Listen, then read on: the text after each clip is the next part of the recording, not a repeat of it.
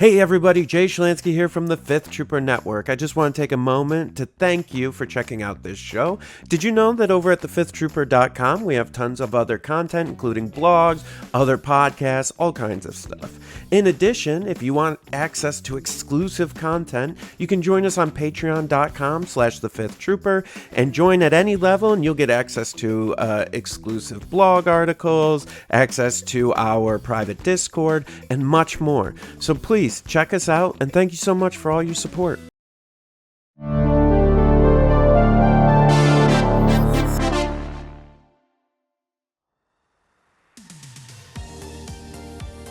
Welcome to the Notorious Scoundrels, a Star Wars Legion podcast bringing you the latest news, general perspective, and competitive discussion. Hello and welcome back to the Notorious Scoundrels podcast. I'm Kyle. I'm here with Jay and Tim. What's up, gentlemen? Lots of things. So much things. Yeah.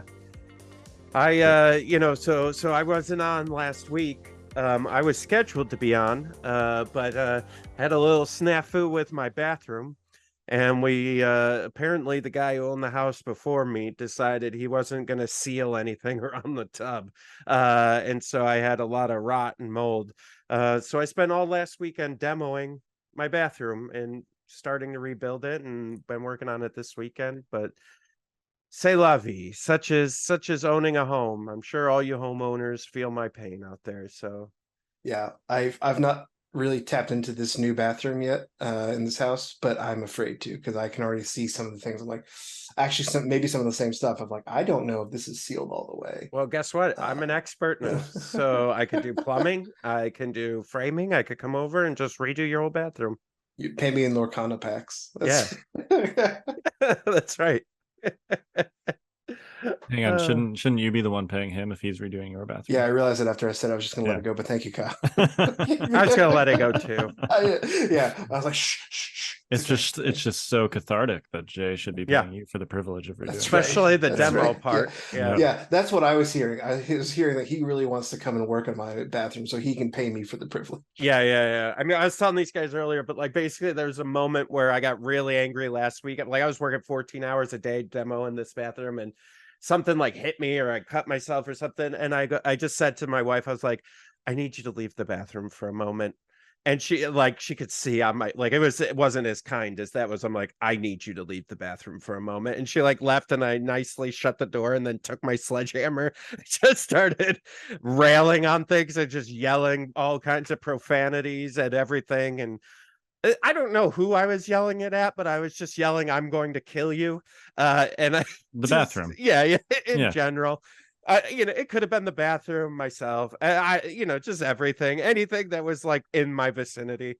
And then I after I had that, I'm all sweaty and I just opened the door and I go, okay, things are better now. We could commence with the debris removal. And she's like, okay. She's like, do you need a sandwich? Would you like me to make you lunch? I'm like,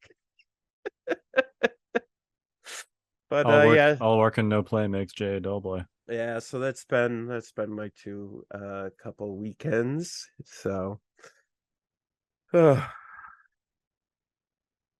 awesome. If you're thinking about buying a house, let me just put this out there. Don't. PSA. Oh my God, don't. Listen.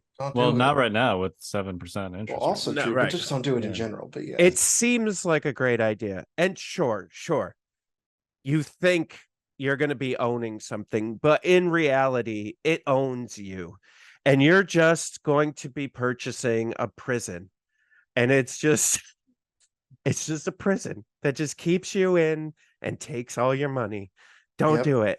Don't do it. It's like paying to be in a prison. You know what's great about renting and not owning something? It's not your problem.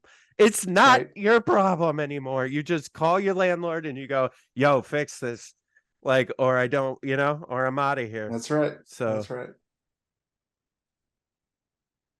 And all you got to do is worry about never-ending rising rent rate. Yeah. It's okay. But let me be very clear to you. I've read all the, I don't even know what generation I'm in, let alone the one under me. So am I an X? I think I might be Gen X or millennial. I've read all the online stuff about like, oh, I couldn't get a mortgage. And so, but for $700 a month, but I could pay $1,900 in rent. Let me tell you, it's a trap. It is not $700 a month in rent. You've got your electricity, you've got your insurance, you've got, You got your taxes. yeah. Taxes, New York State. Guess who looking at has to mow the lawn? You. Guess The who guy you has to pay. shovel? Yeah. You. The guy you pay. Or the guy you pay, right? Like, yeah. Well, Tim's case, I do it myself. But like, and then guess who has to fix the bathroom or pay for it? You. So guy you it's pay, more, right, it's more exactly, than yeah. the mortgage. That, you know, there's all Yeah. these little hidden expenses in there. I'm telling you, don't do it. It's a nightmare. Go watch the movie The Money Pit, and that's legitimately what happens. So It's also just like basic finance, in that when you rent a place, you're on the hook for your first month's rent and your security deposit. yeah, So that's all the Right. money that you need officially from an economic perspective. yeah, That's When you right. buy a house, you're on the hook for the entire value of the yeah, house. for Yeah. however Um, 20, 30 years, whatever you Right. say. Tied Yeah. into it, yeah. Yeah, you Well, want that's to a go little bit somewhere, of a you got to get different. rid of that. That's Yeah, right. that's Yeah. a little bit of a different approval process Yeah. there, but you know. Yeah, it's a Um, nightmare. My dad was in construction his whole life, and so whenever this stuff happens to me, he calls me to like check in on me and give me tips and tricks. And even though, you know, I worked with him for several years, but like, so he called me every time he would call me over the last week. I'd be like, "You've reached the money pit. How can I help you? Do you need any money? Because I don't have any left." He's like, so you're still in the bad part. Okay, I'll call you back. Okay. I'll call you back when you're in reconstruction. Okay, pal. I was like, yeah, The fun part. yeah. This has Yeah. been the Financial Trooper. So thank Right, you for yeah. listening. That's Yes, I'm real sorry. estate for dummies. Thank you, everybody, for letting me get that out. That is good God, what a nightmare. But I was saying, you know, yes, I was telling Tim and these guys that like I really like doing the construction part. So like I like framing walls, I like doing sheetrock, I like all that part. Like I like creating. And so like I'm at the part now where I actually get to do the building. So now I'm actually like in a better mood. But like there was, on top of being exhausted, if I had done the podcast last week, I would have just been miserable, because last Monday when you guys recorded, yeah, like I was just barely got the tub in, and like I was still having leaks in the plumbing, so like that I was still trying to like work out. And so like I would not have been a very good companion on the Scoundrels last week. Well, it's But good to have you back. yeah, here I am. Ugh. So we are going to talk today about a couple things. We're going to talk about the Nova Open. Yep, Because that just happened. nice. And I went to that. I was present. Yeah, Uh, I think we had 4 fifth trooper guys there. You, Mike, Evan, and Nick Bodnar Y- Brobnar. Yep, Yeah, that sounds there you right. go. And Yep. 3 of us made top 8. Yep. So, and the 4th, I played Evan in the last round on Saturday, and Oh. I knocked him out. So Friendly Yeah, fire. yeah. that was a team Uh, kill, unfortunately. Uh, So yeah, pretty good showing, I'd say, overall for fifth trooper. But yeah, I'll talk about my own personal experience. The winner was Fluffysaurus, aka Josh from the Discord. Okay. Other way around, Josh, aka Fluffysaurus from the Discord. Congrats, Josh. Good Yeah, job. congrats. I played him. He's the one that knocked me out on Sunday. So I'll talk about that game. He was running Blizzard Force. Yep. Blizzard Force, the new, still good Blizzard Force. Yeah. but it's been fixed. Everything's fine now. Well, now it's merely like very good instead of I silly. know. But They never said fixed. They just said I know. changed. It's more reasonable now, but yes, it's a little bit more reasonable now. Yeah. That's It's- a yeah. classic marketing. No, you don't say fixed. Just say we changed it, and you know it's good. We're good. Yeah. Okay. So we're going to talk Okay. about that. Yeah. We are also going to talk about, we had this is another listener provided topic idea for, because this is the 101 episode. Mhm, mhm. so we're gonna basically the topic idea was like, how do I figure out why I'm losing games? Like whether you're losing a lot of games or just a few games, what sort of retrospective do you go through when that happens to figure out the why? Because I can practically guarantee you that the answer is not I got diced. I mean, don't get me wrong, that happens very occasionally, but most of the time there's, because of how Legion works, and I think this is a credit to how Legion is designed, but generally speaking, there's something else that you could have done to avoid whatever that it was. It's statistically you're not going to be diced every game. Like that shouldn't happen. That's and even really within a single game, my Yeah. experience usually is that when people perceive that they're being diced, it's kind of like either I put myself in a situation where I needed a certain result, and maybe you even put yourself in a situation where you needed an average result and you didn't get it. But there could have been an alternative decision either there or at some other earlier point in the game where like you had multiple shots at that, you had multiple bites at that apple, so to speak, or maybe you didn't even need to take the bite at that apple. That's been my experience, where the perception of like being diced typically comes from a situation where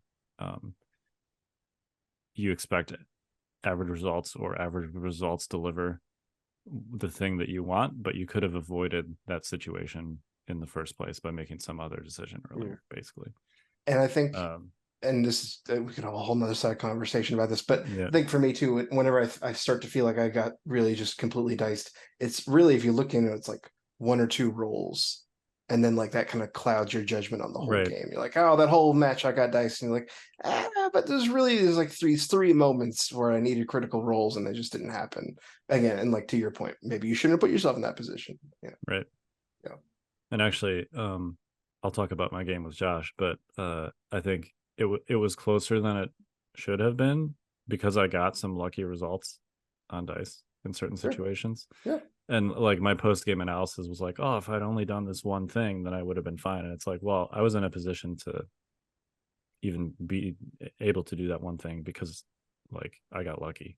Right. And I, because of these decisions I made earlier, really in turn zero, like the fact that I was even there was luck on my part. Right. And I shouldn't have been, because I could have made a decision that would have put myself in a totally different spot where I didn't need that luck to bail me out. But we'll get to that. Briefly, we should talk about the whole basically. So we're going to treat this as a news item. AMG posted today that essentially confirming, there's been some discussion around this recently, but basically confirming that the 16-player minimum is going to be enforced on honoring invites for tournaments, meaning that for a store kit invite, aka local tournament, a world's invite will only be honored if 16 players actually participated in the tournament in question. And that doesn't mean 16 players signed up. It means 16 players actually showed up and played. The word was active. Yes. Right. Active. Yeah. Active unique players. So no Hercules Rockefeller, no Butch Deadlift. I do enjoy that clarification. Active unique. So that's worth being aware of, particularly if you want a store tournament of less than 16 players. And going forward, that's also how it's going to be. So if you show up to a store tournament that's advertising an invite and they don't end up having 16 players, technically they're not supposed to give that out. This just came out today, so it's very fresh. I'm sure people will want our takes on all of that. We're not going to do it today. It's we got to try and figure out like basically a format to cover this in a way that's I guess more fair to the topic, if that makes sense. Yeah, like a well-rounded discussion on it. I listen, it just happened. We need to be more fair and be able to really discuss it, and having it on a 101 Scoundrels podcast just is not the way to do that. And so Y'all don't want Yeah. me talking about it. It's okay. Yeah. So I'm not the guy. Well, I'm we not your do, but guy. maybe not right now. Yeah, we're sure. Yeah, definitely but gonna I'm have not that your guy. discussion. Yeah. Yeah, so we will have that discussion in the future. It will Mhm. not be today. So for those that are looking for that, sorry. Yeah, You're not going to get it today. right. So the facts right now from their thing is that basically they said as listed inside store championship kits, these events require a 16 player minimum. Tournaments that must have 16 unique active players, like we said, for the winner to receive an invite to World. Events with less than 16 can hand out all the physical stuff in the kit, just not the World invite. And then basically they'll be looking at submissions and confirming invites in late January, February, and they'll send out links to the players that won. And basically, they at the bottom said that if a store is found to tamper with or untruthfully report attendance or information about their event, they will be removed from OP programs, and invites granted to players at their events will be rescinded. So just so we're all aware. Yeah, there's not going to be any wink, wink, nudge, nudge. Oh yeah, we had 16 players, kind of a thing, based on that language. So, Yep. Which I think is, we're not doing takes on this right now. But It's that's tempting. the It's facts. tempting. I almost did a take. Almost. Yeah. It's a teaser right there. The other thing that's in there, this is just factual, that winner of each store championship should be awarded the invite to the World Championship unless that player already possesses an invite. Then it should be passed down to the next player in ranked order that does not have an invite. If the invite is passed down, the store EO should report the invited player as requested in the reporting form. So pass downs is completely approved by the OP. Yes, and it's a legal in text thing now, which is Yep. I think that's safe to say. That's nice to have, at least have Yeah, that that's in great. writing. Yeah, because that has not been officially codified before. Right. Yeah. So that's at least that's a automatic positive. Yeah, that's great. That one's hopefully not controversial. So yeah, right. Yeah, I should hope not. Yeah. Okay. Do we want to talk about Nova first? Yes. Yeah, I think that'll be a good segue into our other stuff too. Yeah. So yeah, I brought Anakin with a bunch of clones and some pikes. For those that have been listening to the last couple of episodes, or maybe even just last week, I had some last minute waffling between Empire and Republic. I wanted to try basically replacing Padme with arcs, full arcs. Jay's shaking his head. You're no Mike Berry, sir. I don't know. I can see it. Well, Mike didn't win either, Jay. No, so here's my opinion on this after playing it for an entire tournament, and then the tournament before that playing Padme and having much more experience previously with Padme. The arcs are definitely way more destructive than Padme. It's close. They're a little bit more expensive, but it's close to like a hard swap for Padme, just structurally. They kill things really well. Sure. They're a nice tool in the toolbox for killing things. My conclusion essentially is that the list does not need to be better at killing things. It's already good at that. Mm-hmm. What it does do by removing Padme is it makes a list that is already sort of like just basically average to bad on objectives, like just objectively bad at objectives. Because there's really two things that Padme adds specific to that are really valuable. The first is the possibility for secret mission. It's not something that you use that often, but it's something that I have used to kind of take something that normally is not like to your advantage to at least be like even. Mm-hmm. One example, which I would have loved to have in my game against Josh, is on Disarray Bombing Run. Normally, like if you toilet bowl in that situation, you've got like a 3-3 scoring situation on Disarray Bombing Run.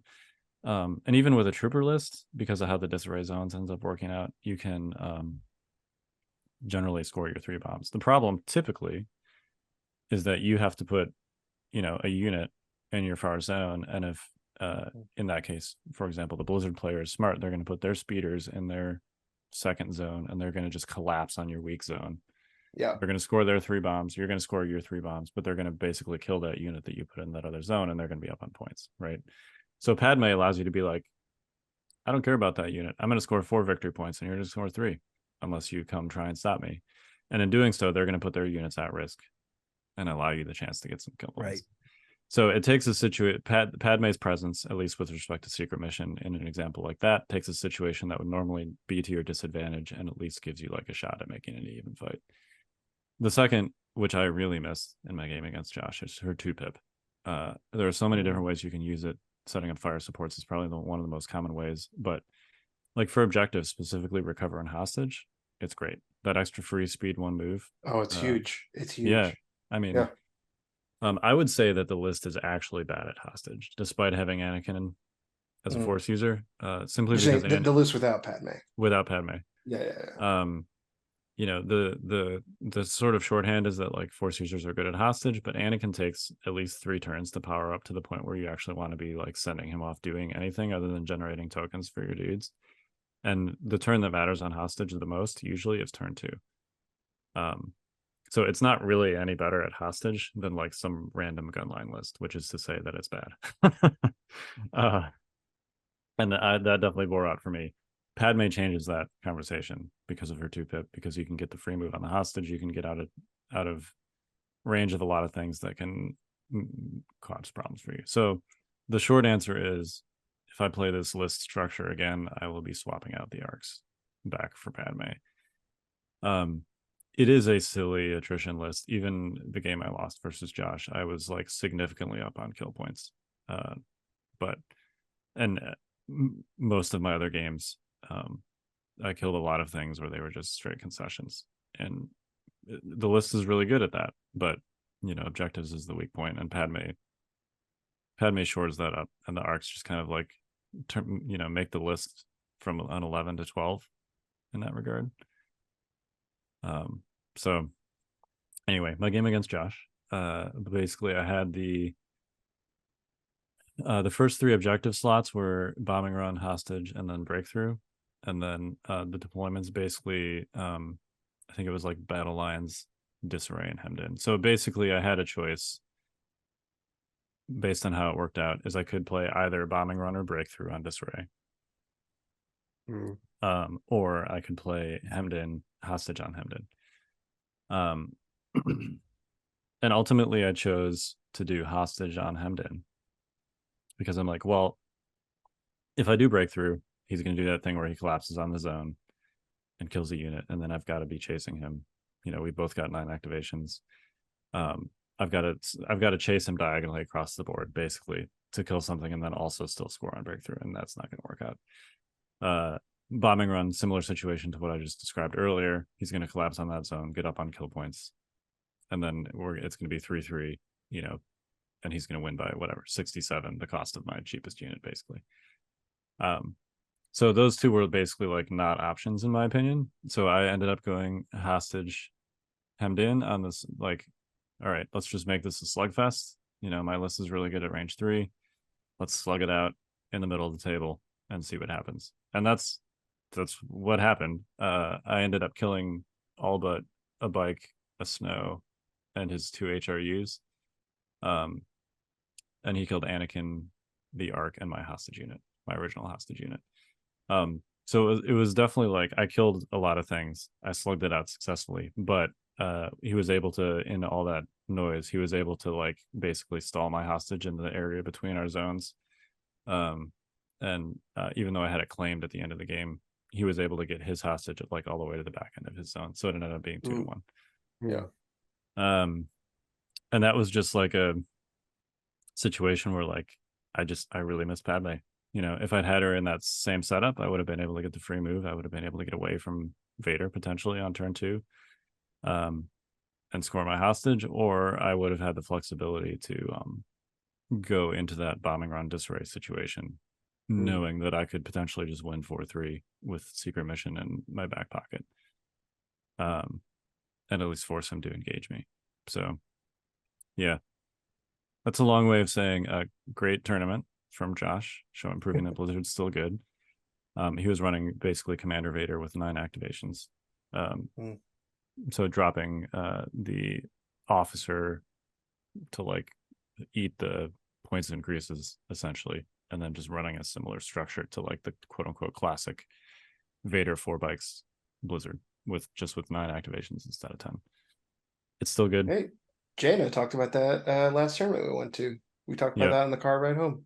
I mean, I waffled on this myself a few weeks ago. I even asked Mike Barry if I could borrow his Commander Vader was still unpainted, so I'm like, and he's got a Celebration Vader. I'm like, look, I will paint your Celebration Vader to like competition standard if you let me use him at Nova. And he's like, yeah, sold, let's do it.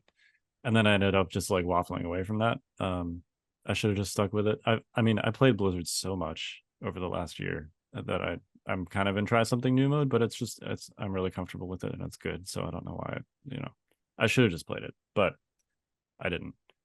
And here we are. Yeah, here we are. So I still need an invite. Short version. I would say this leads perfectly into our next topic. There you go. Which is, if you're questioning why you didn't win a tournament and you do exactly what Kyle just did and said, I knew I could have won with Blizzard, I should have brought Blizzard. Bring Blizzard then. Bring the list you're going to be, like this is my thing I say to people too. Like I've heard this, a couple people like get upset about, and I think Kyle's disappointed, not upset, because I think he knew he was going to Nova with an untested list, and he had a thought in his mind that it would work, and how it could work, but it didn't, right? So my thing that I always say to everyone, and I think I brought this up on this cast before, is if you have the option of bringing a known good list, and you're just don't want to be hip or a winner, or I don't know what it is, but like if you are trying to be like smarter than the game, don't just bring the list is going to win. If that's really what's important to you is winning, and you're going to be upset if you don't win, like what, this is why sports teams sign top athletes. Like there's a reason why Brady gets to go wherever he wants, right? Because he's a really good quarterback. Like, I'm sorry. Like, as a Bills fan, it kills me to say that, but it's just the truth, right? He is a winner, unfortunately. And so, like, this is why these athletes get top dollar, is because they win. So if you really want to win, stop trying to be smarter than everybody and just do what you know is going to win. Like that's, it's really not that complicated. But Jay, how do I figure out how to win? Listen, you can go to the tournaments. You can listen to us. We're not lying to you. Like it was a setup for you, Jay. It was a setup for you to just trying to set up the 101. I'm not transitioning. I'm really angry about this, and let me just have this for a moment, and then you can transition. Sorry. I'm sorry. I tried to give you an out. Stabcast, you almost made me say the F word, number one, and we're not supposed to do that on this podcast because it's a family podcast. No damn Stabcast is coming on my podcast and telling me how to run my show. You just shut your mouth in your little wooded area over there and let me do what I'm doing here. You asked me to be. Are you trying to say I was trying to be hip by bringing Anakin, Jay? I think, okay, Kyle, let's be real. Look, you're a great player. Okay. You're a great player. Okay. Do you really think, and I think in the back of your mind, you probably thought I've got 2 or 3 chances at an invite. Nova is not my last chance. It is actually potentially, but then you made a terrible decision. Then why would you do that? Why wouldn't you bring Blizzard? Because I thought that the Anakin list was better. But you literally just said that you should have brought Padme. That's hindsight. That's hindsight. As soon as you said I brought a full arc, I was shaking my head. No, I knew that was a bad idea. Hold on, and I'm not that good at the game. We know that full arcs can be really good. We've seen Mike one do person.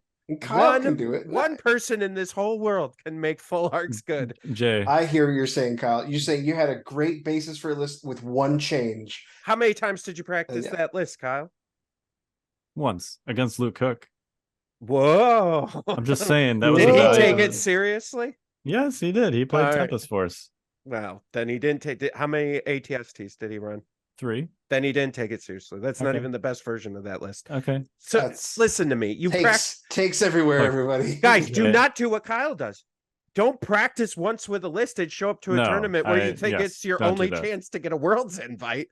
That's crazy talk. That is not from lack of ambition in my respect, Jay. This is my schedule and my life situation. Oh, yeah, but okay. But now you're regretting it. And you should have just brought Blizzard because it's what you Well, know, it's what you're good but at, and it's He what's thought good. it was a good list though. Hold on. I'm on the Kyle side here because normally I'm also on this side, just more traditionally. Because there are times when you think something can be really good and you just haven't had time to really practice it. I But you think- genuinely think it's gonna do well. I think there's a difference, Jay, in this conversation because I know where you're coming from because I've had this conversation somewhat recently with people. I think there's a difference between trying to be cool and bringing something that you know is suboptimal versus bringing something that you think is good or optimal and just being wrong about that. Yes, there's a huge difference. There's a huge difference. Okay. All right. And I'm not even sure that I'm not even sure that I was wrong about that so much as simply like the loss situation that I found myself in needed the tool that I swapped out. Okay. All right. So let me reframe this. We have known that Anakin Padme, that archetype list, right, is a known quantity, and you've played the list multiple times. You know it's a good list. Yep. Right? Like it's worth mentioning, by the way, that Sam McHenry played Anakin Padme. Right. And what made the final. So yeah, right. Lost to Josh in the final. So what I'm saying is that you got too cool for school. You had a list that we all know was good. That you I knew thought was that good. I could make it. I thought I could make it better by dropping Padme, and I was wrong. Right. But it's not, that's not too cool for school. That's just saying like I think I've made an improvement. No, that's trying to be smarter than everything that's been working. Like, okay, you have to try new things.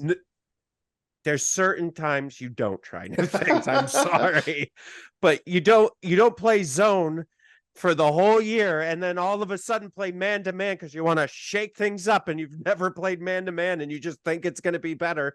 I'm also looking forward to football. Thank you, Jay. Oh man, I see what you're saying, Jay. the Bills play in a week. I'm so excited. Oh, I know. Yeah, I'm going to be there in 2 weeks. Oh, yeah. Nice. But Kyle, I understand. Listen, you are having the same issue everyone has. I think I can make this list better. Yeah, everyone thinks that. We all think that. The answer is you had something great and you let her go and you just threw her out the door and you just sent her away. And now she died of sadness, Jay. She died of sadness. Yeah. You just medical choked her for no medically she died reason. of sadness. Medical sadness. Yeah. You saw the arcs come off the shuttle instead of Obi-Wan and you just force choked Padme. Like, I don't need you anymore. Oh, God. Look at those shiny full squad of arcs. They were pretty awesome. I mean, look, after I don't doubt it. After the first day, across 3 games, I had, I think, 2,300 kill points. If that gives you any idea of that's real good. Not good enough. Oh, it wasn't good enough for Sunday, but the list is really good at not losing units and killing units. Let's put it that way. But like I said, the Padme version is also good at those things. It's just, it's like 90% is good instead of 100. Well, and it gives you, like you said, it gives you that extra. Gives you a little bit of extra je ne sais quoi. Well, and I'll give you an example, right? So, like, what was a couple 2-3 weeks ago or whatever, we played that tournament in PA, and I brought a Yoda, right, a Yoda Barks list, and I did the same thing. Like, granted, at the time, I wasn't worried about an invite, and so like I was like, oh, I'll just play whatever list. I've always wanted to play Yoda and Chewie, and I'll play a version of this Bark. But that one that won the tournament, the reason it won was because of C3PO and R2 giving that support role in that list, because that's what the clones need, is more of a support role. And then Padme and R2 give you that extra point because you're going to need it, because all those clone I think I've got to play more clones, but it seems to me from what I've heard from you guys, from what I've seen, all these clone battles and games come down to these like last round decisions of like how to get the points, or like, did I get enough points? Did I kill enough? Right. And if you can add more onto that to make that better, like to give yourself a better chance by getting free points. There's only 2 units in this whole game that do that. Uh, I think it makes sense to do anyways. Yeah, and I think it's a credit to Legion's design that like you can make that you can't just like murder your way to victory, basically. Right. I think I made one of the best possible attrition focused lists that you can make right now, and it didn't work. It worked, to be fair. Again, it worked most of the time. It worked clearly. most of the time. But to win a 9-round tournament, you have to make something that works every time. Yeah, Tim, and you idiot. So, I'm just all right, Captain Tempest over here. Sure, yeah. It's look, a lot of the objectives are like you need units to score objectives, right? So it's still important to kill things. But that can't be like the only trick that you have in your bag. Right. Is what I'm saying. And I think that's a credit to Legion's design. Agreed. Okay. Well, now that we got that out of the way, I guess I need to figure out how to get an invite in between now and March. I'm not sure how I'm going to do that, but yeah. I mean, and to lead into the 101, right? It's like if you came out of a tournament like Kyle just did, and you said, "Hey, I'm going to tinker with this list and try it," and it didn't work. Okay. Either practice more, right? That's your first option, and figure out where you went wrong. And I'm sure Kyle knows where he went wrong, and either he's going to swap Padme back in, or he's going to, do things differently. Or if you're playing something that's so far off meta and you haven't been winning with it, it's because it's off meta. Like, you need to try building. I know you want to be hip and smart, but don't. Just take some of these winning lists from one of these tournaments and go start practicing with that list to see what it's like with one of these top tier lists and understand why they're winning, right? That's you got to see the reason behind it in order to start tinkering with it. To build off of that too, though, I think it's also important, again, with a good list, still play these lists that are getting traction. Yeah, Kyle's list still did really well. Like play Kyle's list, like play these really good lists, right?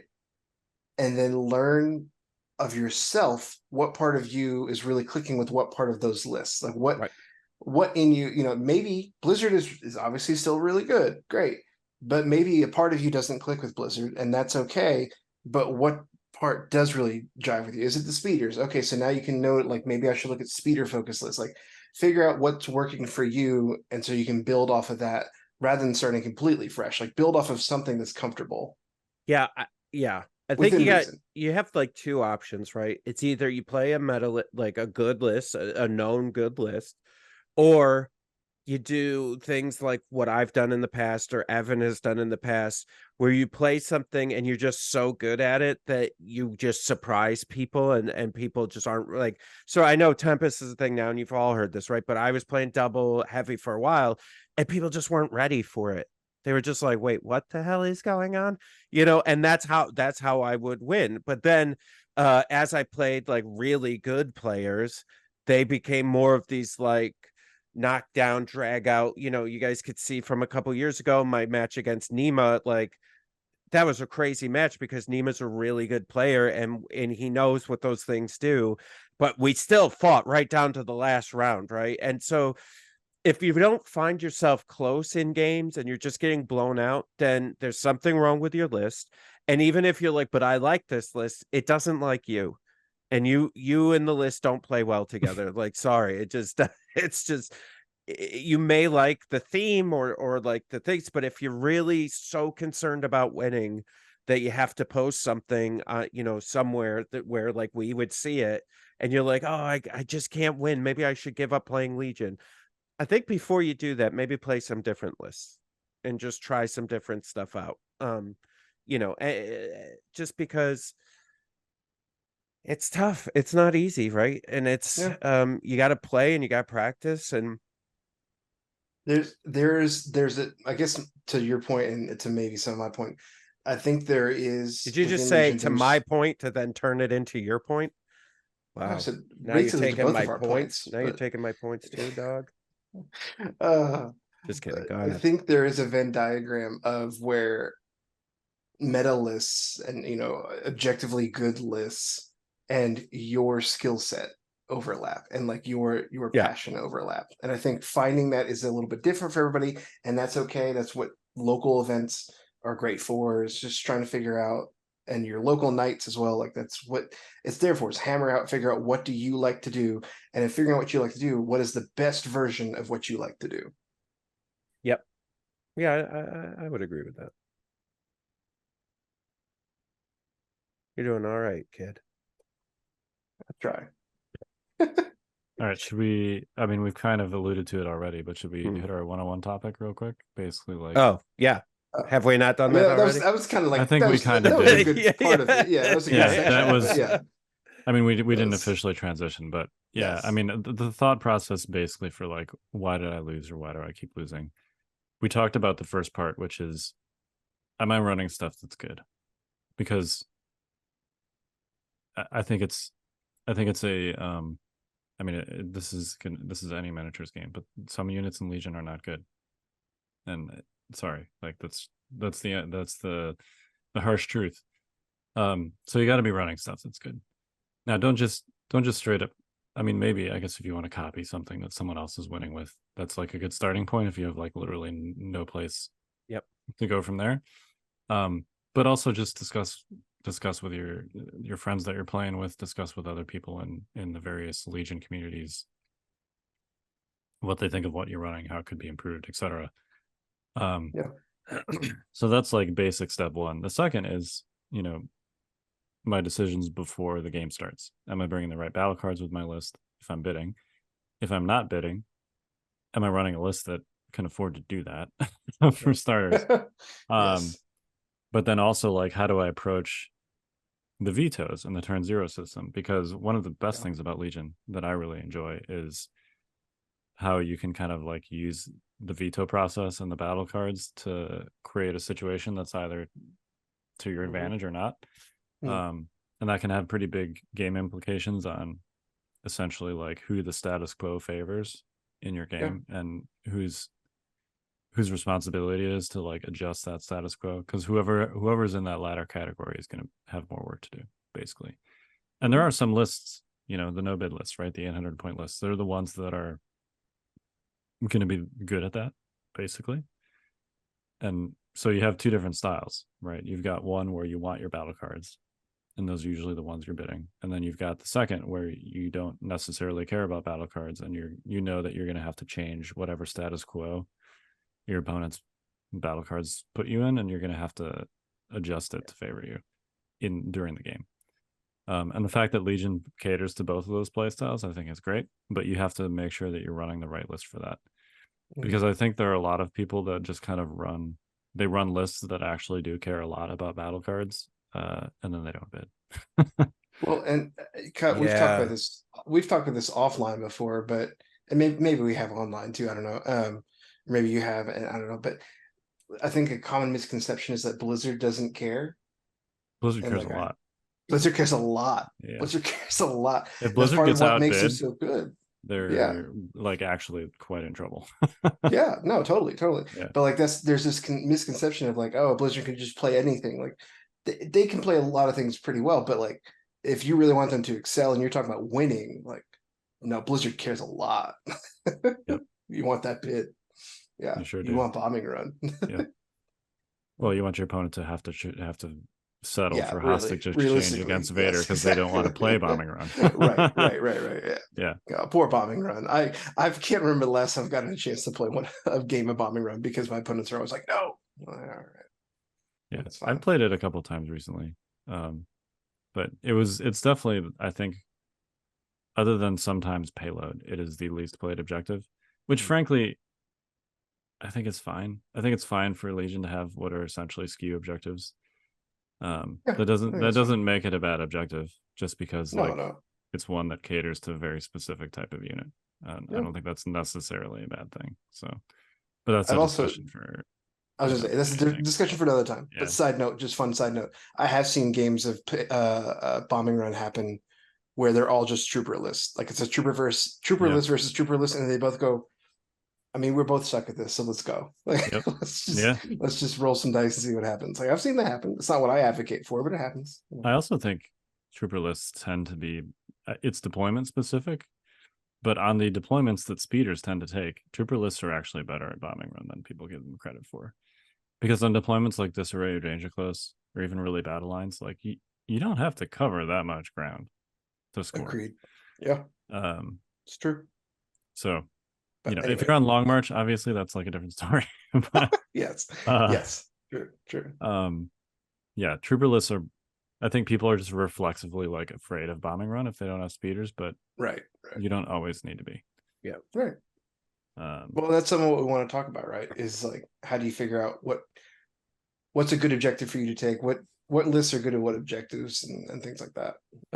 Yeah, I think we've talked about that before. I think Yeah. I think the bigger topic is also knowing when to choose red versus blue, like even if you have the Oof, bid, yes, right? Like that's something true. I still like deeply worry about and think about and struggle sometimes with is Sure. like going, okay, I know basically what they're going to have in their deck, and I'm okay with three of those objectives, right? And there's one I'm Mhm. probably not going to be okay with, but is this table pushing me enough that I need to have table edge so that I can have these line of Right, sight blockers, or this or that, and right.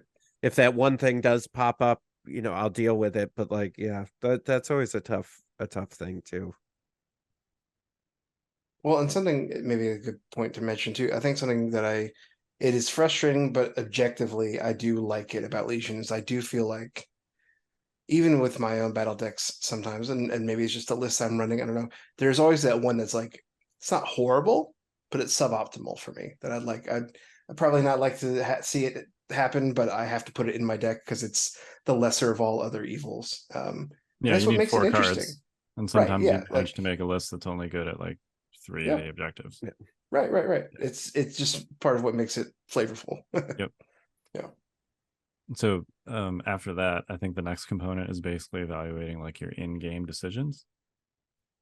I think there are 2 things that I see newer players struggle with the most that are slightly related. The first is positioning, and I think the whole lateral positioning, which is sideways positioning relative to your opponent, is definitely like less important now than it used to be.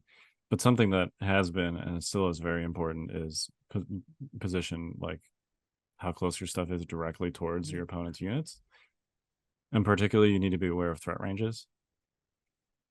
And because of how Legion works with alternating activations, this is the second part, which is related, which is like what I like to think of as tempo, but it's basically like how the turn is going to play out.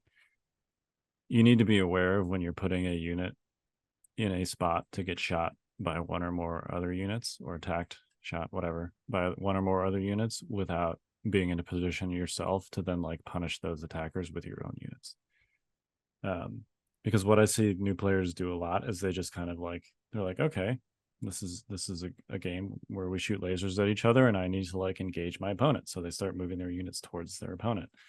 And because of how the alternating activations work in Legion, their opponent then starts much more carefully positioning their units to kind of take advantage of that like exposed out their unit, and start chipping away at it in ways that like doesn't require them to necessarily Yeah. expose their own units to return fire, and then you just get like a free kill, and then it That's starts to snowball as that happens, yeah. again on consecutive turns. No, absolutely. Yeah. That's anytime I play someone, and it happens all the time. Well, I shouldn't say all the time, but it does happen occasionally. Of like, if I'm playing a game that I'm looking at list wise, right? I'm like, okay, this is probably gonna be pretty close. I'm gonna have to really cage you with this, like really careful, okay. And then I see them just really running towards me, being super aggressive early for no reason. I mean, there's times when you might want it to be, but just running towards me unnaturally fast, maybe. And I go, oh, well, okay. Like most of my list, unless I'm also playing a super aggro list, I'm just gonna go, okay, well, I'm gonna let you come let your waves crash upon my rocks, and then we'll play the rest of the game after that, and like we'll have a few salvos. But like you're saying, Kyle, like I'm gonna end up getting free salvos if you do that, like just unaccosted. And yeah, don't let your opponent have that. Yeah, don't run into threat ranges if you can avoid it. Yeah, I think the other thing too is, and this is something I learned from Kyle in our early days of playing, like it's okay to just dodge standby and just not like being patient is all right. Like if you don't need to, if they need to come to you, like Tim was just saying, like if they need to start running at you, just dodge standby, aim standby, like just stay safe. Like keep your troopers safe until you have to do something. Mostly agreed, but I would add to that, if depending on your objectives, be aware that maybe what you're going to need to do is move dodge or something like that. Can then like go behind cover, move dodge, and okay, you might not get a shot off, but now you're in a position where you're good. And again, if your opponent's still running at you but out of threat ranges, whatever, like just be. I mean, like Kyle said it before, be aware of threat ranges, and like if you know your opponent is not going to be threatening you or vice versa, then just move. Like, don't lose an opportunity to move early. I think too many players, and I do this too sometimes by instinct, by accident, we don't move up early game because we're afraid of getting shots. And maybe you get like one pot shot on you, but then like the ability to move your whole army up early is so powerful because then they have to come to you. So don't miss that opportunity too. So what we're Yeah. saying is sometimes you wait, sometimes you run. It's all up to you. Well, and sometimes you wait with some units and engage with others on the same turn. And that's another thing as far as how Legion's activations flow over the course of a turn is generally like you want to be aware of which units are not going to be, I mean, we call it time insensitive, but basically you probably have some units in your list, and you should have some units in your list where their job is to like give out tokens. These are your support commanders, or their job is to be the ones that are interacting with your objectives, grab your safe boxes, tap your VAPs or something, right? And those are the units where if you're in a position where like early game, you're still kind of feeling each other out, you're being aware of your opponent's threat ranges, and both of you are kind of waiting for the other to like move a unit up into that danger zone, then you should start the turn with those units that aren't going to contribute to that firefight directly, right? The units who it's like, all right, if these guys go first, they're not exposing themselves and they're still being helpful. So like you shouldn't be afraid to move towards your opponent, but don't do it with the units that are going to be the ones that you need to like attack your opponent, right? Yeah. Yeah, it's just being aware of like at the start of every turn, the questions you should ask yourself are: one, with respect to objectives, what do I need to accomplish this turn? That should be like your most important thing. Two, what units do I have that are threatened directly by, in the early game, really any kind of attacks, but as you get to like mid to late game, significant hard hitting attacks. Yep. And if there are units in that category, do I need to like move them first to get them out of that? Three, slightly subordinate to that, is how can I do that to my opponent, right? Do I have any units where they can make significant attacks on exposed or vulnerable opposing units that are relevant? And should I do that first? And then after that, do I have units I can stall with, sort of in that mid-turn, give out tokens, do objectives, whatever? And then 5, do I have units that I want to wait that are currently in a safe position that have strong attacks that I can use to contribute to that firefight? And that's kind of how the turn like flows for me. True. Generally. Agree. To add to that too, being aware, like especially with those units where you're talking about stalling and your heavy hitters, this might sound kind of basic, but this is 101. Yep. Just because your unit has a heavy in it does not mean it is a heavy duty unit. So I've seen people play like a shore with a T21 in it, like, oh man, they have a T21. It's one of the best heavies in the game. So now I can be really aggressive with it. And even if I lose some, like, no, like once you start losing bodies, like you're putting yourself in jeopardy. Yeah. And you're going to hit a lot less hard potentially. Shores are fragile for their cost. Yeah. Yeah. 80... Just because you have an extra body on something doesn't mean it's invincible all of a sudden. Right. Yeah. Yeah. Right, Jay? Yeah, I try to think too, like some other tips. Man, I really like, I think one of the things a lot of people miss, like especially newer players, is like really counting your actionable units for the objective, and like understanding like, hey, if we do whatever KP or intercept, I only have like X units that can actually like score on this objective. Maybe I try to like get that objective out of here, or Yeah. or if you get stuck with one, like instead of going to the objective, your plan should be to try to knock them down a couple, so that you at least have a chance, because I think there's a lot. I've seen games or been part of games. I've done it before, but like where halfway through the game, one of the people realizes that they don't even have enough units to even like score. Like, I can't, there's been a game I remember playing someone, and at some point I just realized, I was like, oh, if I just put all my units on this objective, like he can't kill them. Like even if he Yeah. kills like 3 of them, I'm still going to win. Mm-hmm. Like Yeah. okay, here you go. And then just like bum rush the center, objective is like, okay, and so Well, just like being aware of yeah. that, Yeah. Well, especially and now you said KP, something to KP, especially a late game, like when units are getting thin and really thinned out, and like if your opponent only has 3 realistic shots left to take on you, and you have 4 unit leaders that can go touch the middle KP, they can go ahead and kill those other 3. Who cares? Because you still have the winning, KP, whatever the situation might be. But yeah, you only need to win by 1, right? Right. Yep. You don't need to crush it, but a win by 1 is still a win.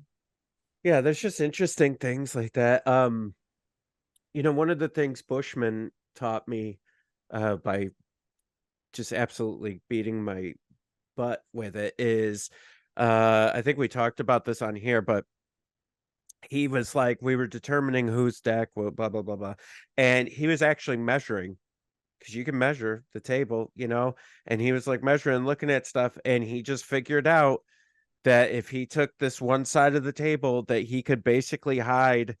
He had Yoda Wookiees. He could just hide Yoda and the Wookiees behind this wall, and there's nothing I could do about it. And he would still score the center objective. And it was just like, I think it was intercept. And so it was just like, oh, right. And there's like, I could bum rush the middle with my guys, but then he could pop out with Yoda and Wookiees, before, when, scale was different. But Sure. like, and Good. yeah, Scale was good. yeah, and and scale was good. make Pour one different. out. Yeah, I didn't want to Yeah. start. I didn't want to light that fire. I just I miss wanted my to. Wookiees. I'll hop on that train. I miss my Yeah. Wookiees. But yeah, I mean, so stuff like that, like just understanding the layout of the table, and that's, I still struggle with that from time to time, right? Like especially in later games. I think Yeah. another comment was, I think it was on our YouTube, or somebody asked if tournaments ever get better, if you like, he's like, I'm so tired by like round 4, and then I'm like tired the next day. He's like, does this ever get better? And I'm just like, no. Like you get used to it, but it doesn't get better. It's you still, get used to it. Yeah. and Your you endurance builds. yeah, you learn Right. how to deal with it, but it's still Yeah. it's still exactly the same. Like Yeah. you're still tired round 4, and you gotta like, especially if you're winning, you gotta get yourself back in and be like, Well, okay, all right, I gotta I mean, focus up here. I mean, real talk. When we used to do bigger events, I used to bring. I don't do it anymore as much, occasionally, but I used to bring like a fanny pack full of snacks, like because I'm crashing. Like I was not doing well, and again now because I've done it more, I'm like, yeah, I'm fine now, whatever. And like now I'm like, yeah, let's play through lunch. We don't need lunch. We'll eat a big dinner. It's okay. Just keep going. But like, yeah, you got to build up to that. You got to work up endurance. It sounds kind of silly, but it's almost like a workout sometimes. Like I'm clearly not a gym rat, but like it Yeah, can be you like a are. workout. You could be whatever you want now. I'm just the rat, no gym. Yeah, You meant but yeah, Slim Jim. there. No, well, also though, Jay, you mentioned something too. And in your example, it's particularly important when you're measuring and things like that for like board edge and whatnot. Now that red player can also see battle decks, now that battle decks are total knowledge or open knowledge, excuse me, I couldn't think of the term. Like you can really determine like what you want to do, because like you can, if you have a bid, you're trying to figure, do I want to be red or blue or something like that, like measure it all out, figure out what do you have. If your decks are similar, take red player and choose your board edge, if it's like a 1 card difference. There was actually in Scranton, did I go 2-1? Yeah, went 2-1, and my one loss was the Tempest, and I took blue. I should have just taken red, like straight up. Like I messed up. I should have taken red because our decks were very similar. I just didn't think about it. Yeah, and as red player, whether you got the bid or not, like you said, look at your opponent's deployments when you're picking the table side. Because some deployments put you in spots that are, like it's a good shorthand to be like, all right, the corner to my right, that's a deployment corner, and the other quote unquote deployment corner is like the one that is opposite that, right, on my opponent's right side. But there are some deployments, specifically like danger, close, and disarray, and then hemmed in, where that just kind of gets weird. So you should look at your opponent's deployments just when you're looking at terrain on the table, to be like, all right, is this going to be sort of a normalish game that we're playing in this diagonal direction from one right side corner to the other, or is this going to be a little weird with the deployments? So just always look at your opponent's deployments before you pick table side. Yeah. And that kind of fits into what I was mentioning before, and I guess I didn't explain it well. Like you said, we've already discussed on other casts or other episodes and things of like what lists are good with what objectives and deployments and things like that. You can do deeper dives and that kind of stuff. But what I was saying is that's why it's important to keep in mind, even as a 1-on-1, is like figure out how is that going to affect my game. Like, what am I playing against? What deployments do I want? And like you just said, kind of like measuring it all. Like, okay, if I do this, they're going to probably do this, and blah blah blah. And trying to understand all those variables. And really, honestly, I don't hate the idea of like having some of the more meta lists pull up on your Legion HQ and look at them, and then pull up your deployments or your objectives, especially your deployments. Objectives are kind of can know off the top of your head, but like your deployments, and be thinking about like, okay, this is what they want, this is what they're doing, this is what, and just understanding that. And that's a really easy way to do it at home. It's, you can glance at it and kind of check back in. The wild thing is too, right? Like, do we know how many Blizzard Force were at Nova? 2. That's wild to me. Yeah, and you know how many of them made top 8? 2. Yeah. It's crazy to me. Like, that's so good. Like, that's the thing with Tempest. Like, I've been to 2 tournaments since Tempest came out, expecting Tempest and not seeing Tempest, and like seeing one at each tournament. It's crazy. There's one at Scranton. Yeah, I guess well. I didn't face him. It just, there was one. I did. There were a couple Tempest at Nova. There was one triple ATST, and there was one like 5 times scouts, 3 times bikes. Yeah, so listen, I think, and I've got to play it a couple more times. I've played it a few times. I think the best version of Tempest is Lord Farquaad, an ATST with an armor's pilot link targeting array, 2 bikes, a storm with an R4, and 5 scout troopers. I think that's the best version of it. With sniper rifles? No, Just naked. naked Yeah, scouts. and you got a 7-point. That's something. I mean, maybe it's a lot of low profile, if nothing else. But like, So I don't know about that. Oof. I'm telling you, those scouts get up there, they start. I was just hitting gonna say, so your scouts run up, hard. you grab objectives with them, or you just hit with them? You can, yeah. I mean, they got Scout 3, so You have yeah, frags on them? They do hit hard at range 2. yeah. Yeah, I don't think you need frags. You don't really want to be at range 1. No. that's fair. Yeah, but it happens. So It does, yeah. You're always gonna choose. I mean, that, the right? other way you Yeah. can do it When too. Ewoks come running at you, yeah. So you the other way you do it is you run your scouts, at least 2 to 3 of them, behind the ATSTs. You have the ATSTs just marching up, and you have Yep. 3 scouts behind them, and then they pop out and shoot when they get up. Sure. And then you have the other 2 scouts scout in from and then you have the bikes also on the other. So you could, Yeah. it's like there's a lot of options. And then you have the stormtroopers with the astromech just pulling ion tokens or or wounds when you need it off of things. All good points, and I'm excited to one day that it's maybe third on my list of lists to try, but I do want to try Tempest. But right now, this is the extent of my second ATST, so we're not there yet, but we'll get there. It's missing some key components there. But It's just like, well, I played it a few shoulder. times. It slaps for sure. I see you're staying hip with it, Jay. It slaps, yo. But yeah, we'll see. Yeah. We will see. But yeah, All right. Well, all right. I think be well versed in those objectives and deployments, and there's nothing wrong with pulling them up and just staring at them and just like superimposing lists basically on them and looking at them and imagining what would I want to do, what do they want. Yeah.